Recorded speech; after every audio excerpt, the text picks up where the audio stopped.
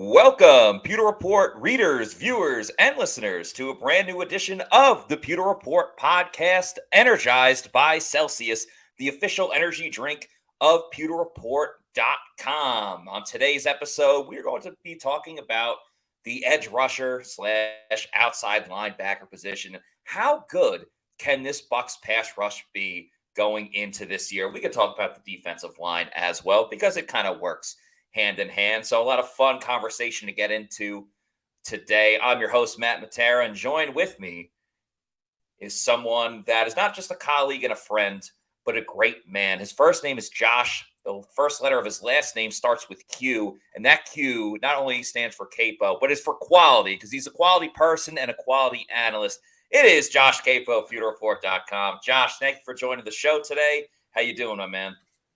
I'm doing well, Matt. How about you? You always have the best intros. I try to come swinging with you because, whether it was our what day is it during the season when we send videos back and forth to each other with 1,000 middle names, whether it's just, conversations between you and I or in the chat, you're always bringing it. So I feel like I have to bring it as well. So very happy you're joining us today. Just a reminder, Scott Reynolds is in Colorado. We'll talk a little bit about Colorado later on the show today, if you know where I'm going with that. So Josh is kind enough to join us. And Josh, it's been a little bit since we've had you on the show. We're going to talk about the pass rushers and how the Bucs defense is going to look this year. But before we get into that, let's just talk a little bit about the Bucs schedule, how you feel about it. Over under 6.5 wins is what we're looking at for Tampa Bay this year. Just give me your thoughts about how the schedule shapes out, and can this team be better than what a lot of people are projecting them to be? Yeah, I think I think Vegas has a pretty good handle on it. I was looking at DraftKings implied odds, based on the money lines, and I think if you totaled that up, they had Bucs around 7.1 wins. I want to say the over-under for the season total on most betting sites is around 6.5. And I think that's actually pretty reasonable kind of median. I think the biggest issue is the Bucs are one of the highest variance teams in the NFL this year. And it's I want to say it's a combination of so many different things. It starts at quarterback, right? Assuming Baker Mayfield wins the quarterback job, which QB1 job, which I do. If you look at his career, you have some real low lows, right? The injury-riddled 2021 season, right. 2022 when he got traded to Carolina very late in the offseason, didn't have much time to learn the playbook and really develop any rapport with his pass catchers. Then got a head coaching change mid-season, then got traded to the Rams. Those are some low lows. But if you go back to the last time he was healthy and in a system that catered to his strengths and a system he knew and had a whole offseason to really learn, that was 2020.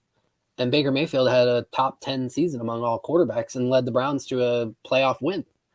So when the most important position has such a high variance, the team will follow. You have that. You have a down NFC South. You have a down NFC overall. That allow 7 teams are going to get in from the NFC. And I think you can really only pencil in 4 locks, maybe 5. Yeah. And those other 2 spots are really it's anybody's game. So I think I saw something yesterday where technically the Bucs are only favored in 1 matchup this year. Yeah, but you see a lot of others where they're it's a 1-point spread. So by implied odds, it's basically a toss-up. I think that it's going to be a roller coaster of a season. I think somewhere between 7 and 9 wins is probably 6 and 9 wins is probably a reasonable bet. Yeah, it's funny you say that because I mentioned, I think it was last week when we were talking about the schedule in general, where I think at the end of the day, the Bucs could end up with almost the same record as they had last year of 8-9, but it's going to look completely different than how it did a season ago. I mean, obviously, a big part of that is because you have new coaches in town, especially offensive coordinator Dave Canales, and the offense is going to look so different. So Hopefully they get more points scored than they did the year before. But if they're scoring more points, if that defense kind of stays around the same level of performance that they had the year before, then in a crazy way, they could get, 10 wins. If you were getting better offensive production with the same defensive production of the year before, I don't think that's really too far-fetched to say. Now, the caveat in all of this, of course, is the quarterback competition, Baker versus Trask. I'm with you. I think this is Baker's job to lose. And not just completely because Dave Canales is like, I love this guy. I just love his swagger and all that stuff. But I think it's more of he's diving in well with these guys. He's going to, when the Lightning were in the playoffs, he's going to the Lightning games and just kind of meshing in right away. I don't think Kyle Trask is a bad leader by any means, but I don't know. For me, if you're going between the rah-rah guy, the chip on your shoulder type of dude, or the lead by example, demeanor type of guy, I'm going with the rah-rah guy day in and day out. I just think that's better for the team overall. Like, kind of a little too chill, a little too calm, cool, collected. And maybe that's not fair to him because he hasn't really been on the field much besides that Atlanta game. But I don't know, just the overall psyche, I kind of tend to lean towards Baker. Yeah, I think there's something to be said for, you assume you're in the position you want to be in and you act that way and things will kind of fall into place. And I think that's very much what's going to happen. And I also just think the level of play, Baker's level of play is better than Kyle Trask. I think that's going to bear fruit in OTAs and in training camp and in the preseason. The one thing that could maybe lead the Bucs to going to Trask, and it's Dave Canales said it, I want to say in his last media availability, and it gave me a little bit of pause, is he said almost the entire decision is going to be on who takes care of the ball the most. And then he said kind of the tiebreaker would be who pushes it down the field. I just don't, and I trust the Bucs decision makers to not take that too far to its most illogical conclusion, where you have somebody who's unwilling to move the ball at all, checks down everything, but technically doesn't turn it over, but doesn't move the offense at all, winning the job. And I think that's really the only way where Kyle Trask maybe could technically beat out Baker, because Baker's going to take some shots, but you want a quarterback who takes shots. The guys who have the most big time throws typically are the quarterbacks who have are the best. They're the ones who are willing to push the ball downfield. So there's a balancing act to it. And I just hope the Bucs don't put it all on the lack of turnovers. I agree. There's a fine line between conservative football and being absolutely reckless with it. So hopefully Baker Mayfield can kind of find that balance, because I do agree, like, the Bucs still have to move it. And I think that's important to fans to remember is, Canales comes from the Seattle system. We all know that. We've said it a billion times. But, maybe they weren't the most aggressive team, but they still were averaging a lot of yards per game and a lot of points per game, So you don't have to have the crazy. And listen, the Kansas City Chiefs are the cream of the crop. They're obviously the Super Bowl champs and have won 2 over the last 4 years, and they have a lot of those exciting splash plays. You certainly need a pinch of that. You need to mix it in there here and there, but it doesn't need to be the MO of your offense. You can methodically move down the field. There's nothing wrong than 8-minute, 80-yard drive that ends up with 7 points. There's nothing wrong with that. I just want to get to a couple of comments from the Pewter people. We appreciate you guys for joining us today. Grizz says 9 wins, baby. Book it. Flash Gordon says Bucs get 10+ wins early. In fact, they are Super Bowl favorites. Flash Gordon, I want to know where you're betting on, because I don't know if you're getting enough. I don't know if you're getting enough bang for your buck. Tony D says if Baker is starter, 6 to 7 wins. Chris again. My biggest concern is the McLaughlin fella. We just lost our highest scoring player in Suckup. Well, I mean, part of the reason why McLaughlin was brought in is because he can hit the deep ball, the 50+ yarder. And that was the one weakness of Ryan Suckup, which he's not here anymore. And Richard says LFG NFC South Division champs 3 years straight. Well, I mean, you look at the whole division. Curious to get your thoughts, Josh. You know, the Falcons made a bunch of moves during the offseason before we even got to the draft. The Panthers obviously found their franchise quarterback and their hopefully number one wide receiver. The Saints, we know what's going on with them, with with Carr being in the building, but a lot of changes on the defensive side. Do you really give the favorite to anyone in particular, or is it kind of just a dog-eat-dog kind of situation going into this season? I think it's going to be very similar to last year where, come December, all 4 teams are still in it and nobody pulls away. I very much see a reality where they eat each other alive in the in-division games, and they similarly struggle out of division. And the division winner maybe has a winning record, potentially doesn't for a second straight year. And the NFC South turns into what the NFC East was for quite a few years, where you're like, year after year, you're like, man, do we really have to send one of these teams to the playoffs? Right. So, but no, I don't see anybody separating themselves. I could see a path to each of the 4 teams winning the division. I really can. You kind of rule of losing record you should make. I don't know if they should change that part of it, but I do feel like you have a losing record and the wild cards you're playing has a better record, that they should end up being home team. You broke up through most of that, Matt. I know you're working on a hot spot at the moment, but I didn't catch most of that. Yeah, I apologize. Just a little behind the curtains for everybody. The Wi-Fi is out in my apartment, and they cannot come to fix it until Thursday. So, it's the hot spot situation.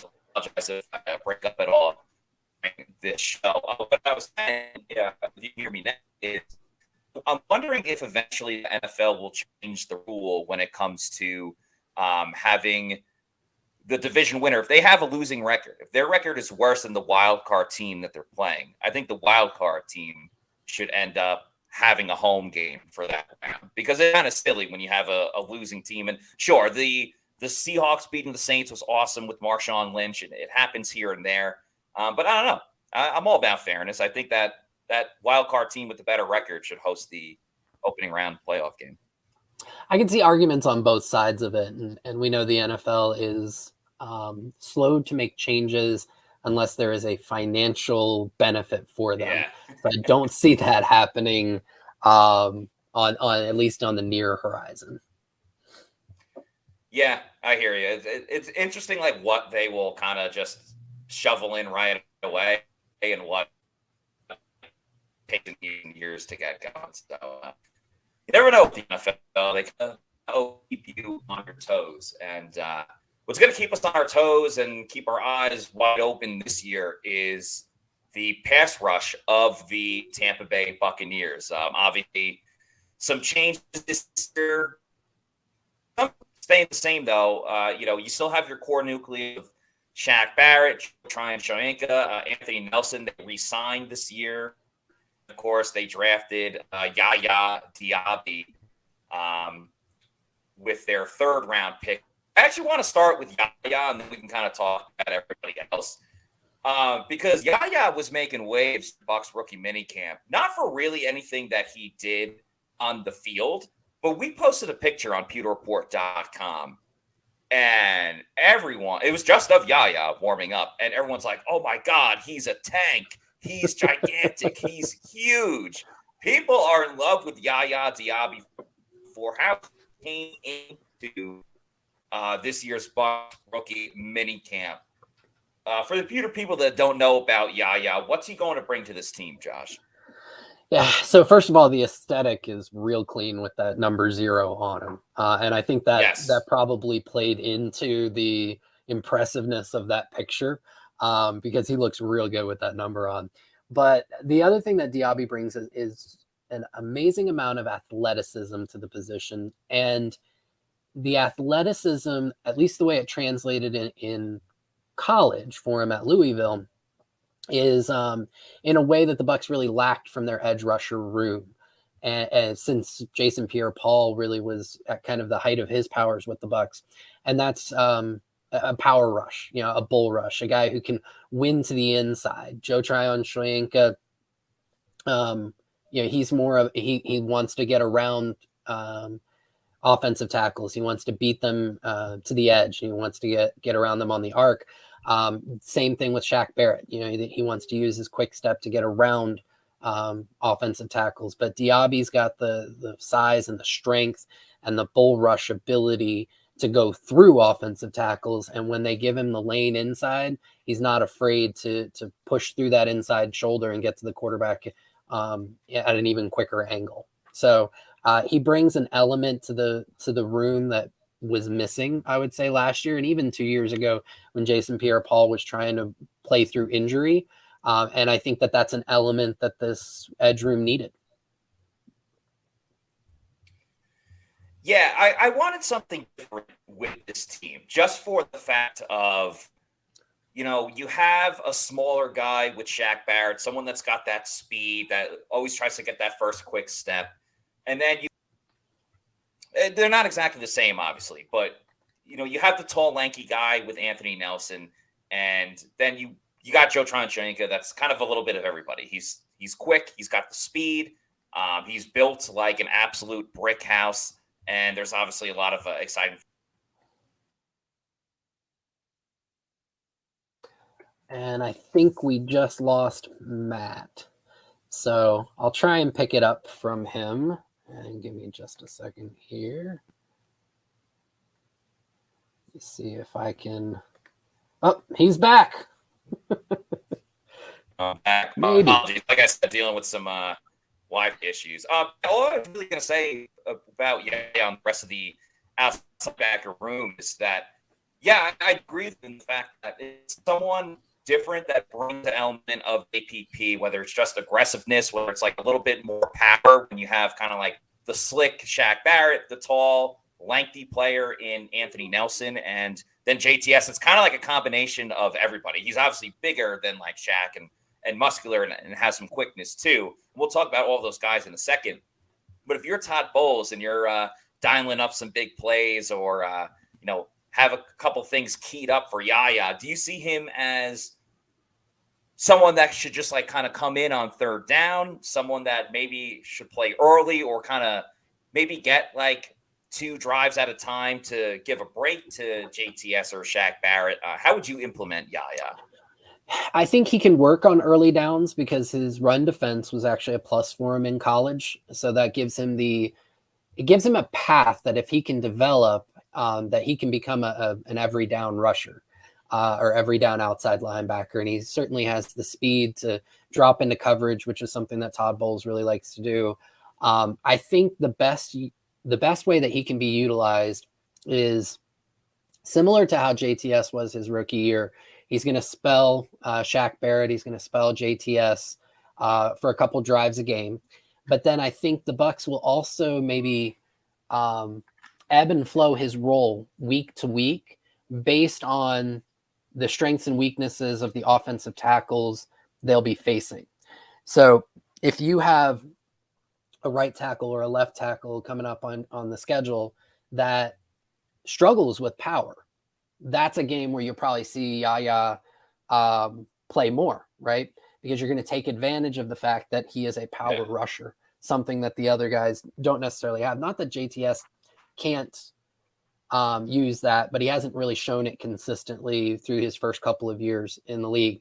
But YaYa, I mean, that's all of his tape is power.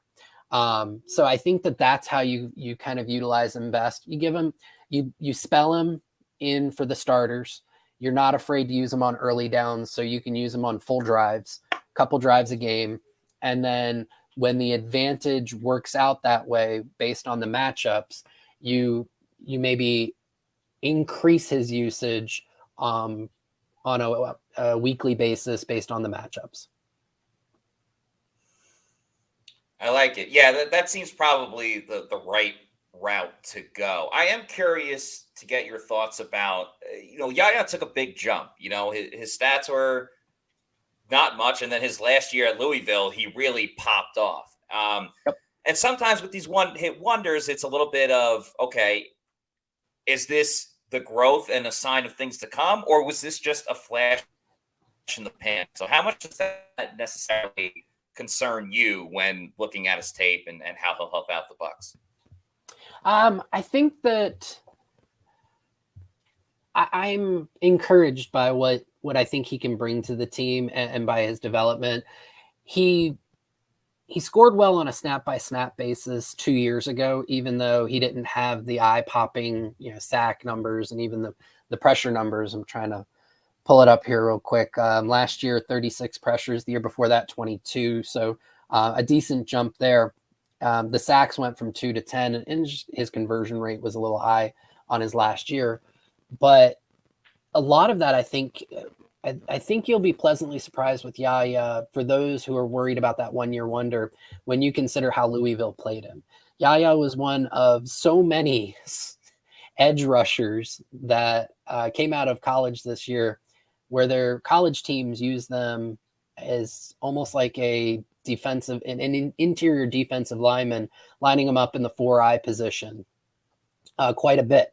And it's hard to win as a pass rusher when you're set up in a 4-eye alignment. You're really just you're in position really more to set the edge and handle the run and not really get after the quarterback. So I think if the Bucs utilize him as an actual outside linebacker or edge rusher, where he's setting up in the 5, the 7, or the 9 more often, I still think that he will be a boon to this Bucs pass rush room, and I think he will help improve the depth over where they were last year. Jeremy Lowe says, YaYa looking like he's going to take your lunch money. I absolutely agree with that. Darius Miller saying they got faster with Cansey, Diaby, and Dennis. Of course, that was an MO of the Bucs front office this year, is finding value and getting speed. And it sounds like they did both of that. And then Mark Fisher says, pass rush, biggest variables are Shaq Barrett and JTS. Could be anywhere from strong to non-existent. No one knows. We're going to talk about Shaq Barrett and JTS in just a moment. It sounds like you have an opinion on that, though, Josh. I do. I would say non-existent is probably outside the realm of reality, barring injury. But I can see what Mark is saying. There are a lot of question marks, especially with Shaq Barrett, some with JTS. But I'm reluctant to call any Todd Bowles defense that has even a modicum of talent a non-existent pass rush. He's going to find a way to get after the quarterback. Even last year, which I would say was potentially the worst pass rush defense Bowles has ever put out, at least since he got to Tampa. Yeah. They still ranked, very high in sacks. I want to say top 5 in sacks. Yeah. And they were top 20 in pressures. So that's not non-existent. It may be disappointing to Bucs fans, but definitely not non-existent. Yeah, I was saying that on yesterday's show, and it's like head scratching because if you just did the eye test and you didn't look at like stats or watch tape and you're talking about just watching games and stuff, you would not go, man, something's off with the Bucs pass rush. They don't look the same or like they did a couple seasons ago, as you just alluded to. And then you compare it to the rest of the league, like you said, like they're in the top 10 stacks. They did it by a committee for a good part of that last season, even with some downplay from the outside linebackers. And sure, some of that had to do with Shaq Barrett getting injured, and we've talked about JTS and Anthonyy Nelson a lot. And that's why Vita Vea, the nose tackle, led the team in sacks. But if that was a down year for the Bucs, there's a lot of optimism going into this season with just wiping up the slate clean, essentially. I know there's a lot of optimism as well if you drink a Celsius energy drink, which, of course, is the presenting sponsor of the Pewter Report podcast. No sugar. And, of course, Celsius has a ton of different flavors. You see the Oasis vibe on the screen there. One of the newest flavors that Celsius has. You got the sparkling lemon lime and sparkling orange as well. Ton of great flavors. I love the Arctic vibe as well. And the strawberry lemonade has been one of my favorites. That is my absolute go-to. If you want to know where to get a Celsius, punch in your address on the store locator on the Celsius website, And it will give you the direct location of where you can find one at your closest convenience, whether it's a convenience store, a 7-Eleven, a Walmart, a Target, or a bodega. Just make sure you're drinking Celsius Energy Drinks, the official sponsor of the Pewter Report podcast. All right, Josh, let's he's rocking some Celsius right now. My man. Got the lemon lime. So I've created a little bit of a habit recently of starting my day with the green apple cherry, which I think hits perfect in the morning. And then I switch over to the lemon lime for the afternoon to get me through the rest of the day. And it is phenomenal. I love it. That's, again, taking advantage of all the flavors that Celsius has. They have so many. Then you can have a different lineup like every single day. It's absolutely crazy, which is awesome to see. We love Celsius. So let's talk about the incumbents of the outside linebackers that are coming through. We just talked about before, he's not an inside linebacker, but Vita Vea led the team in sacks last year. Among the edge rushers, Anthonyy Nelson led the team with 5.5 sacks. JTS was second with 4. Carl Nassib, who's not on the team this year, had 3.5. Shaq Barrett got injured after week 8, had 3. Jannard Avery tacked one on as well. The other interesting thing, though, and we've heard you defend Joe Tryon-Shoyinka a lot in terms of the production, and he's getting there. It's all about the pressures as well. That can't be overlooked. JTS blew everybody out of the water in terms of quarterback hits. He had 14 quarterback hits for the Bucs last season. That was double digits more than anybody else. Anthonyy Nelson had 6. So did Carl Nassib. Shaq also had 6, and Jannard Avery had 5. So you're backing up what you're saying, man. With JTS, he's getting to the quarterback. Just the results weren't always right there. Let's start with Shaq, though. I mean, we talked about him coming back from the Achilles injury, and then this personal tragedy, unfortunately, with the loss of his daughter.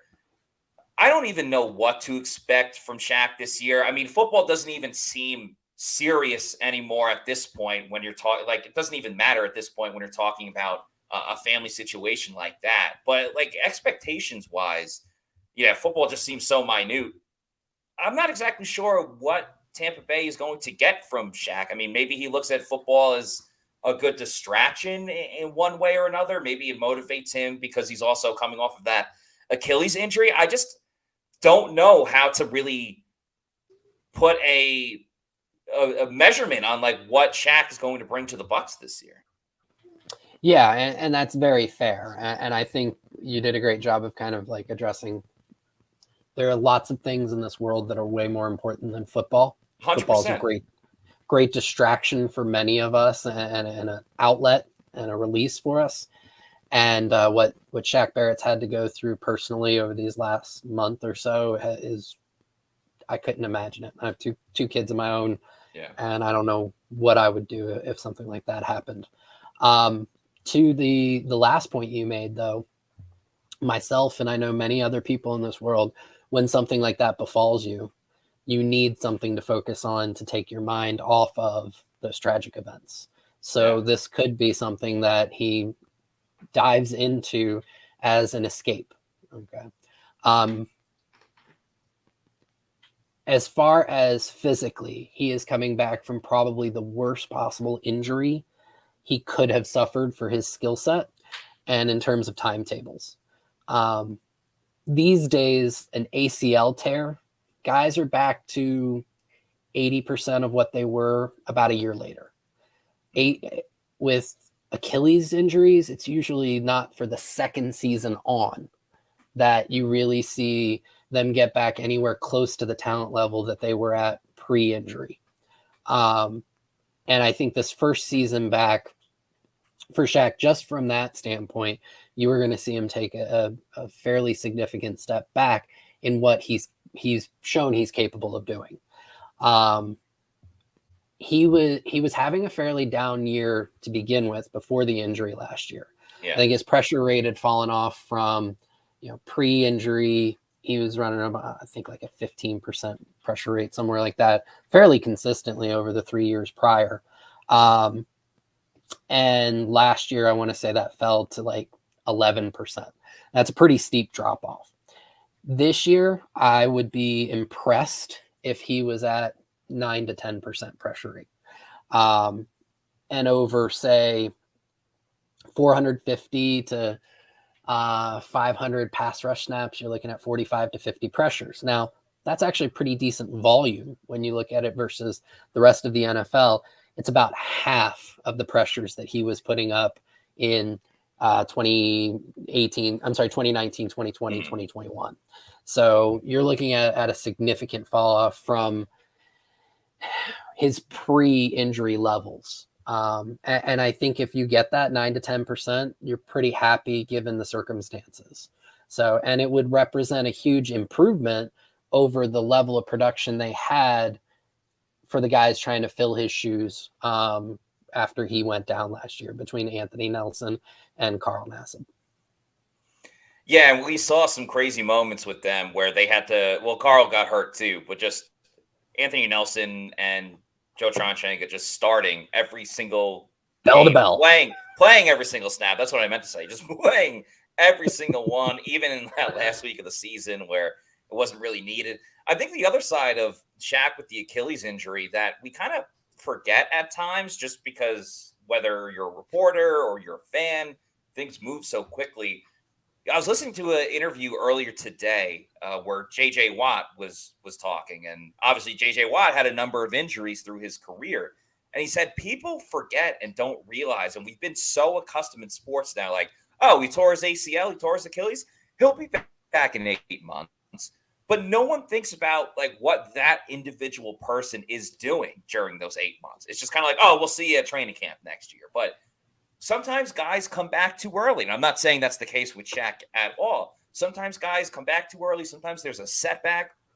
Other times mentally, it takes a lot to get back into it.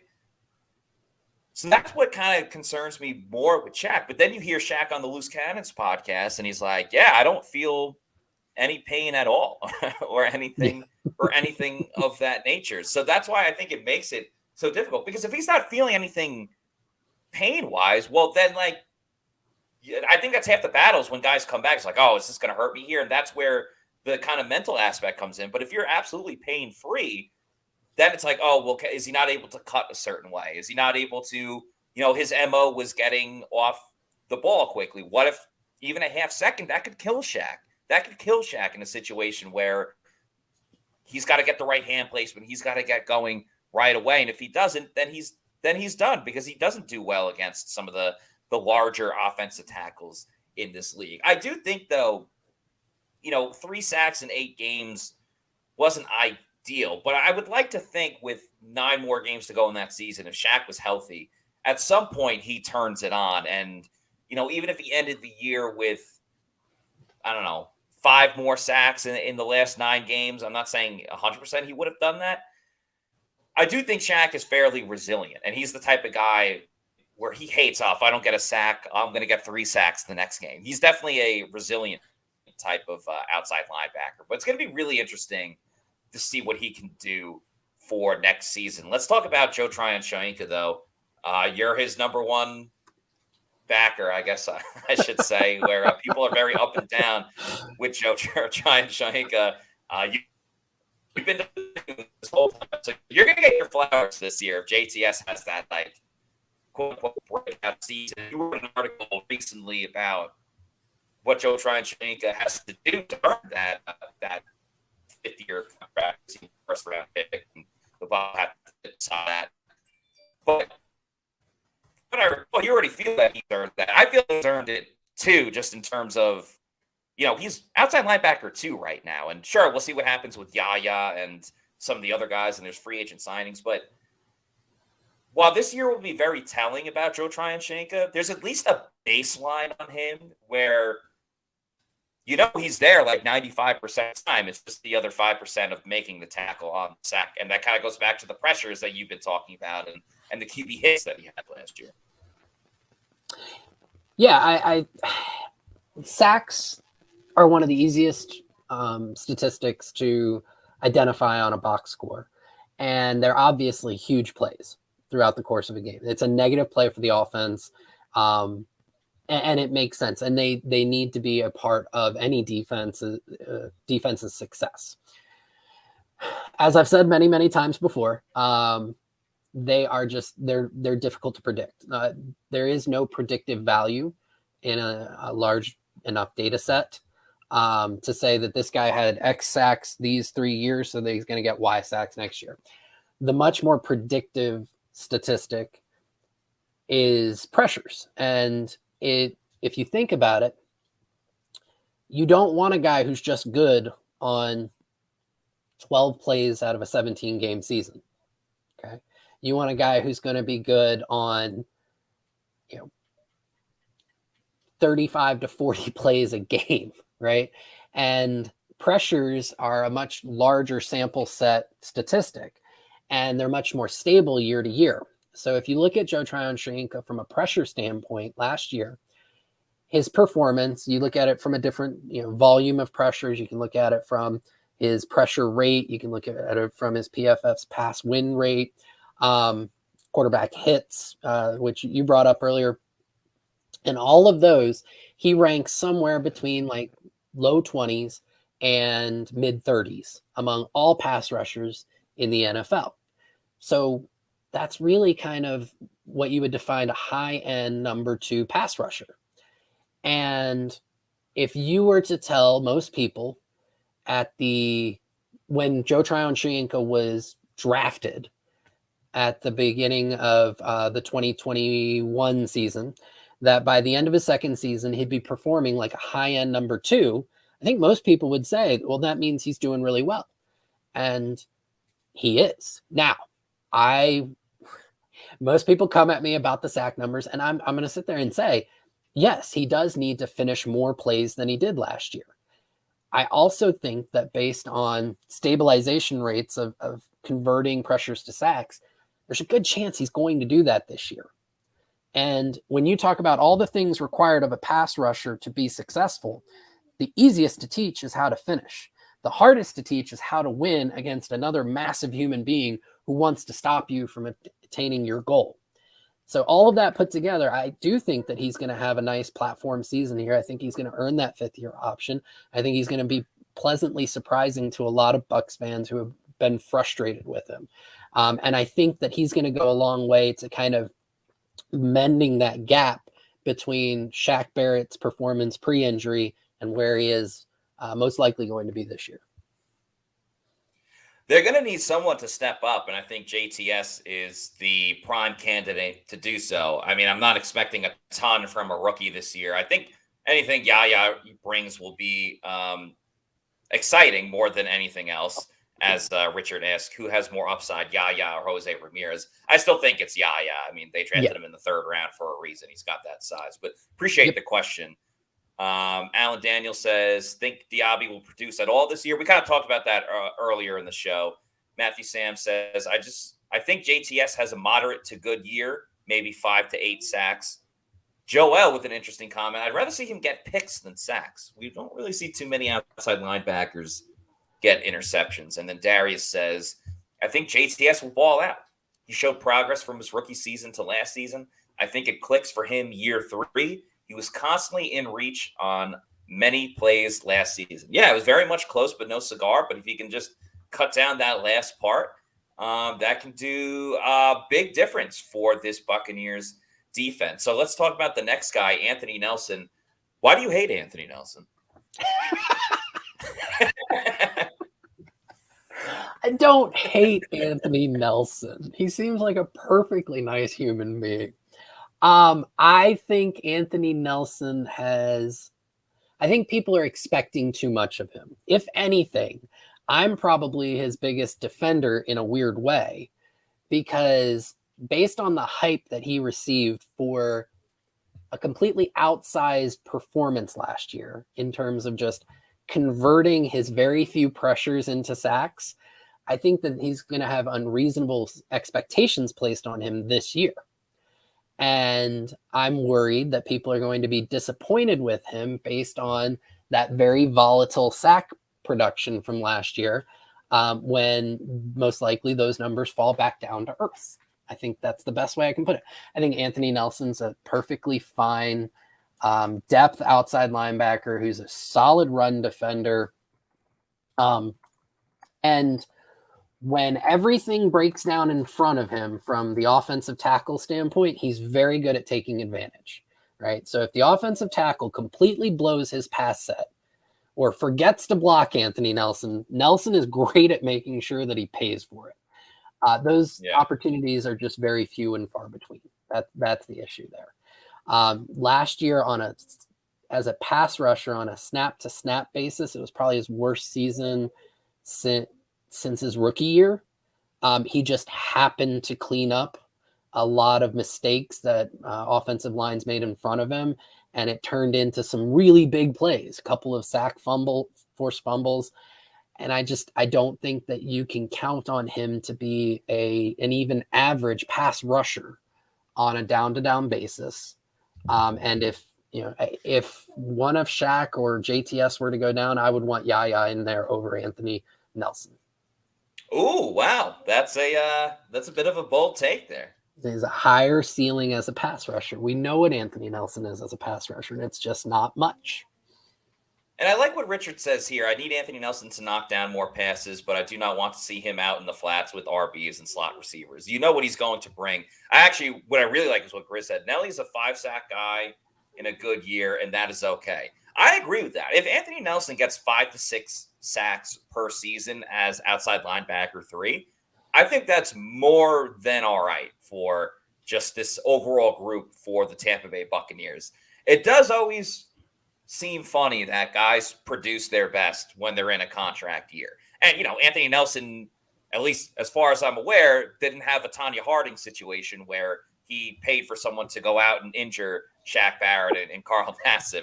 Was it Tonya Harding? Who was it? It was Tonya Harding. Yeah. Yeah, and I think Nancy Kerrigan. Yes, yep. Yeah, right. That was the situation. Yeah, I don't think Anthonyy Nelson had that. I don't think he snapped his fingers and all of a sudden half the outside linebacker room got injured, so he got to play all the time.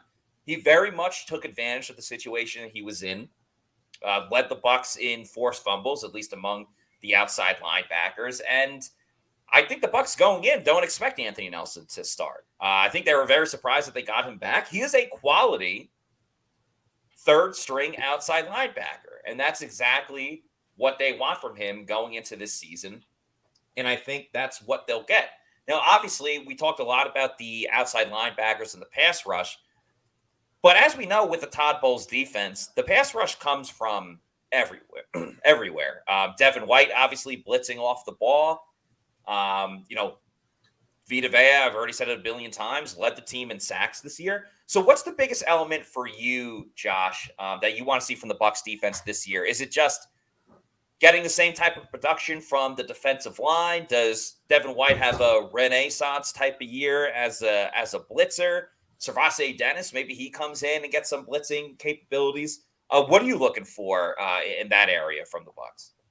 Well, I think, kind of going back to the title of today's podcast, how good can the Bucs pass rush be? Yes. I think the linchpin there is Kalijah Kancey. If Kancey can be, as a situational pass rusher, as good as advertised, living up to that 15th overall, 7th, when did the Bucs take him? It feels like two years ago now. Or they take him at 19th overall. Yeah. 19th overall pick. I think the Bucs can be a top 10 unit when you add in, the creativity of Bowles and the fact that I think that there's more depth to this line. I think Kancey is kind of key number one, and I think Greg Gaines kind of returning to his pre-2022 abilities is key number 2, because that gives you somebody reliable inside next to Vita Vea who can get after the passer a little bit, or at least move the pocket. Give JTS and give Shaq Barrett more one-on-ones, force offenses to potentially keep tight ends and backs in a little bit more.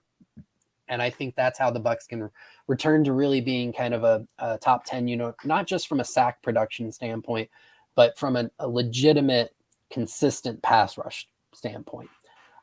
So that's the unlock that I'm looking for. That's what as somebody who wants the Bucs to do well, That's what I'm hoping for, is that Kancey, Gaines, and to a lesser extent Logan Hall with some additional development, that they can become a reliable interior presence next to Vita Vea.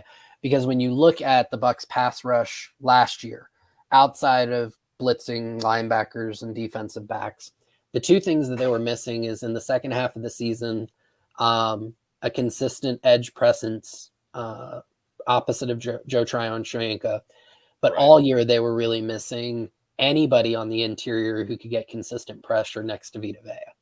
Akeem Hicks was injured for most of the year, didn't have a very good pass. I mean, he was solid against the run, but he wasn't a very solid pass rusher last year. Right. Logan Hall was understandably overmatched just because he was still trying to change his body.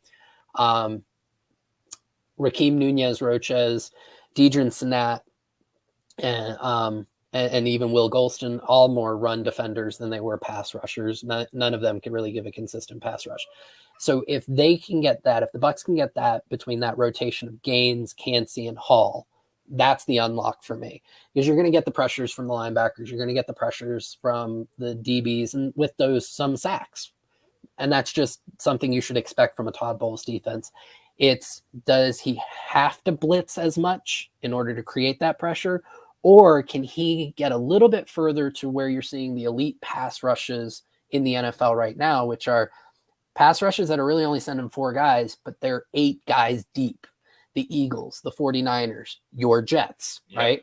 All of those teams, they're not necessarily blitzing a ton. They just have dudes at the, at the 5th, the 6th, the 7th defensive line options are able to sub in and give that extra pass rush. Josh, you hit the nail right on the head, because what I was going to say is I want Todd Bowles to blitz because he wants to blitz, not because he has to blitz or needs to. And I feel like the Bucs in many situations last year, they needed to blitz in order to get to the quarterback. And sure, a lot of the times it worked out, but there was no other way they were getting after the quarterback unless they blitzed in that situation. And I don't want the Bucs to be in that. The other part of it, which you talked about, is, and I'm glad you brought up Greg Gaines, another new addition for the Bucs to the defensive line this year. I don't want the Bucs. I want the Bucs to not be in a situation where they're just relying on Vita Vea. Vita Vea cannot take the brunt of all of this. He is a huge force when he's in there. I'm fine with the amount of snaps that he played last year, because I know in the past it's been like, oh, why aren't you playing Vita Vea as much? Let's remember, Vita Vea does tend to break down at times, just injury-wise. Like last year was the first time in a while that, from what I recall, that he was like fairly healthy. The past couple of years, I mean, the Super Bowl year, he missed half the season. It was a surprise that he came back for the NFC Championship game and then the Super Bowl. So I think it is important to preserve Vita Vea, and if you're asking him to be the Hulk and kind of save the Bucs interior defensive line, that's probably not a good thing for this team. So I think Gaines is going to be super valuable. I think Logan Hall just getting more playing time is really important. That's something that Casey Rogers talked about. He said, yeah, it's kind of on me. We needed to play Logan Hall more. We just didn't, because that's how the rotation was. And Calijah Kancey very well could be the caveat to all of this. Maybe not the caveat, that's not the right word, but just like the last piece of the puzzle, really, to all of this. That first quick step. I mean, you did a tremendous job during Pewter Report's live draft show. I would recommend everybody to go back and check it out. It's early on day 3 before the draft started rolling in. You did a tape breakdown of what you did it of multiple players, but Calijah Kancey specifically. You went into like what he's going to bring to this team, how he's got just an explosive first step, and how he does have a nice pass rushing move, and he can move laterally. And these are all things that the Bucs have it here and there, but not the total package like Calijah Kancey can bring. So that's definitely an area that'll be really exciting. And they get more production out of the pass rush with just a 4-man pass rush, or just bringing the guys on the defensive line. That is absolutely going to be money. And speaking of money, let's talk about Muni Financial. At Muni Financial, we help you live in the now. Congratulations. We're so happy for you. Thank you. And even though the now may feel very different, you still need to plan for the future. How's retirement treating you? Oh, just fantastic. I know I say it all the time, but you really got to come up to Colorado. Let's do it. All right. Yeah. We can help you develop that plan to keep you on track so you can still prepare for tomorrow, today. Muni Financial. Plan ahead, stay ahead. Ladies and gentlemen, Pewter Report has finally gone to Colorado. That is right. Pewter Report's own Scott Reynolds is in Colorado at the moment with his wife, Ashley. They are on vacation at the moment. I can't wait to hear all about the trip when he's back on the Pewter Report podcast starting next week. But go to immunifinancial.com, go to their website, see how they can help you. They have so many different ways they can help, whether it's advisory services, brokerage services, different investment strategies. If you're saving up for your child's college fund, they can help you out with that as well. Annuities, sales, and trading. So call Muni Financial today or go to their website and see how they can help you. You can do a consultation as well. And why not? Can't hurt you. So check out Muni Financial. Let's get back to the show. We were looking for, who was it? Jay Ray's comment. What did Jay Ray have to say? It's like the fourth one from the bottom there. Fourth one. Oh, there we go. Jay Ray says, last 3 years, we drafted 3 defensive linemen with our first pick. They need to show up this year.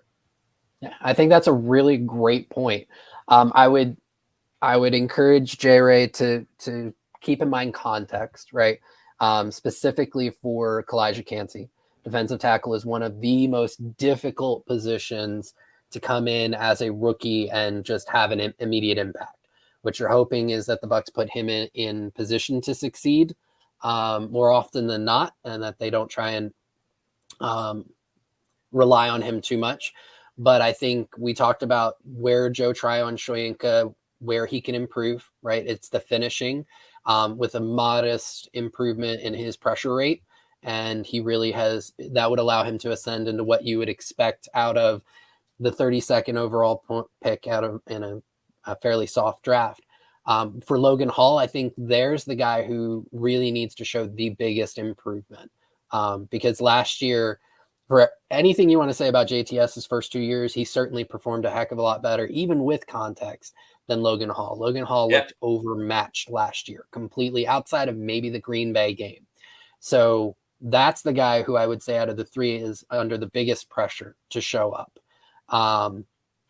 And Cali Bucs, that's a perfectly valid way of looking at it, because he showed very little in terms of, with all of these guys, what you're hoping in year one is, do you see glimpses of what they can be, right? And with Hall, outside of that Green Bay game, there was not much, again, you can look at the raw sack numbers and say, it wasn't completely out of line for a lot of other guys, but it's that down play where he was getting manhandled.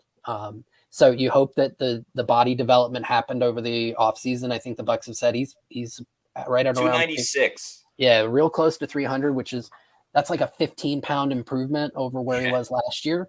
You hope that it doesn't stop the athleticism that that the Bucs liked when they drafted him with the first pick of the second round. But overall, I think Jay Ray had a great point that, yes, the Bucs have invested in this defensive line. Some of the most successful teams in the NFL, that's what they're doing. The Philadelphia Eagles, they've invested in defensive line in their first round, the last 3 picks, right, over the last 2 drafts. The 49ers put a lot of money and draft picks into their defensive line. The Jets have done that. That's where most of the most successful defenses have gone. But you've got to get return on that investment. This is the year where it's reasonable to say we need to see that out of guys like JTS, Logan Hall, and then flashes out of someone like Elijah Cansey and YaYa Diaby. Love this point from Richard Taroka. Says, it's rare when a DT comes in rookie and goes off. Chris Jones wasn't Chris Jones until his 3rd year. Yeah, absolutely. And I've said this before on the show, but I do think it's important. Patience is not something that people like to hear in the NFL, whether it's a coach and a GM that struggles out the gate, whether it's a quarterback that gets drafted first overall, but some guys take longer to develop than others. And that's to a degree okay.